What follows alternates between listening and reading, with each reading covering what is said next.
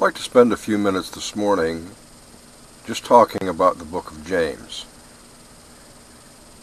The book of James is a very short but very unique book in the Bible, and what I like about it so much is that it spends most of its time is concentrated on the issues related to the poor, how to act, and what James has said as the author of the book, how you should act in terms of what it means, very simply and concisely, speaks to how to behave as a Christian.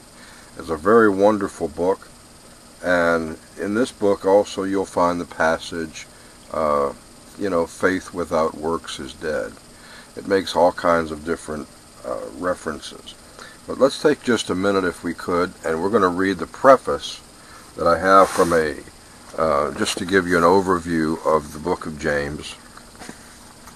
If you're not sure exactly where the book of James is, it's near the back of the Bible, about 4 books in from Revelation, 3 or 4 books in from Revelations.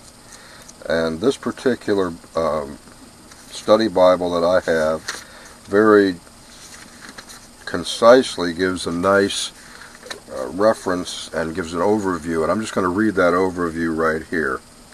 And it says, the book of James was written to Jewish Christians in order to provide them some practical instructions in the Christian life. It contains many short proverbial sayings and reflects in a remarkable way the teachings of Jesus and the Sermon on the Mount. The problems addressed show the kinds of difficulties that were troubling the church.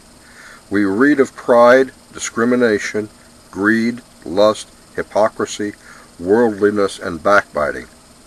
James writes to correct these evils by showing that faith without works is dead. That is, mere profession of faith is not enough. True faith will issue forth in a good life as surely as a good tree bears fruit and not thistles. The theme of the book, James stresses the need for Christian living, both to show the reality of one's inner faith and to show the world that the gospel does in fact change lives. If a person says he is a Christian but is no different than he was as an unbeliever, what benefit has there been either for him or for the needy world? But in fact the gospel does change lives, and if we commit ourselves to Christ, we will find that from our living faith will now flow deeds of love and kindness. That's essentially the overview of the book of James. We're going to start reading a little bit of it. I really love the book, and I find that I believe that you will too.